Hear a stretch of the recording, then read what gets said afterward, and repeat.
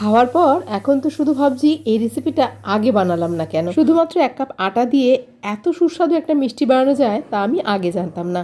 1 cup জলে দিয়েছি 1 cup চিনি, চিনিটাকে শুধুমাত্র গুলে যেতে দিয়েছি, খুব ঘন রস কিন্তু বানাইনি। এখন 1 লিটার গরুর দুধকে কাটিয়ে ছানা বানিয়ে নিয়েছি, সেটাকে প্রথমে একটু চটকে নিয়েছি যাতে এর মধ্যে কোনো দলাভাব না থাকে। এর মধ্যে দিয়ে দিয়েছি 1 কাপ পরিমাণ আটা, তার সঙ্গে দিয়েছি সামান্য একটু নুন। এখন 1 চামচ দিলাম বেকিং পাউডার, হাফ চামচেরও কম দিয়েছি বেকিং সোডা, 1 চামচ দিয়েছি ঘি। এখন খুব ভালো করে একটু দুধ দিয়ে মেখে নিয়েছি। আমি এখানে দুধ ব্যবহার করেছি হাফ কাপেরও কম। ভালো করে মেখে নিয়েছি। দেখো মাখাটা কিন্তু হয়ে গেছে, খুব নরম একটা ডো তৈরি হয়েছে। এখন সমান মাপের লেচি কেটে নিয়েছি। ছানাটাকে খুব ভালো করে হাত দিয়ে চটকে নিতে হবে যাতে ছানার মধ্যে কোনো দলাভাব না থাকে। এখন লেচিগুলোকে এরকম ছোট ছোট করে লম্বাকৃতি করে গড়ে নিয়েছি। তোমরা চাইলে এটাকে গোল করেও গড়ে নিতে পারো। মাত্র 1 কাপ আটা দিয়ে গোটা পরিবারের জন্য এত সুন্দর মিষ্টি তোমরা খুব সহজেই বানিয়ে নিতে পারো। রেসিপিটা ভালো লাগলে অবশ্যই একটা লাইক করো, চ্যানেলটাকে সাবস্ক্রাইব করে পাশে থেকো। তেলটা হালকা গরম হলে গ্যাসের ফ্লেম মাঝারিতে রেখে এখন এই মিষ্টিগুলোকে ভেজে নিতে হবে।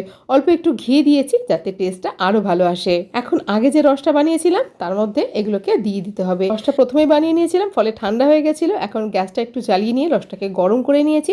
তার মধ্যে মিষ্টিগুলোকে 10 থেকে 15 মিনিটের মতো চুবিয়ে রেখে দিয়েছি। এখন কিন্তু দেখবে রসটা পুরোটা টেনে গেছে। আরও 1 কাপ রস বানিয়ে যোগ করে দিয়েছিলাম। এখন সবটুকুনি রস এই মিষ্টিটা টেনে নিয়েছে আর এটা একদম ফুলে নাদুস নুদুস হয়ে গেছে, রসে টইটুম্বুর হয়ে গেছে। যতটা লোভনীয় লাগছে খেতেও কিন্তু ততটা সুস্বাদু হয়েছিল।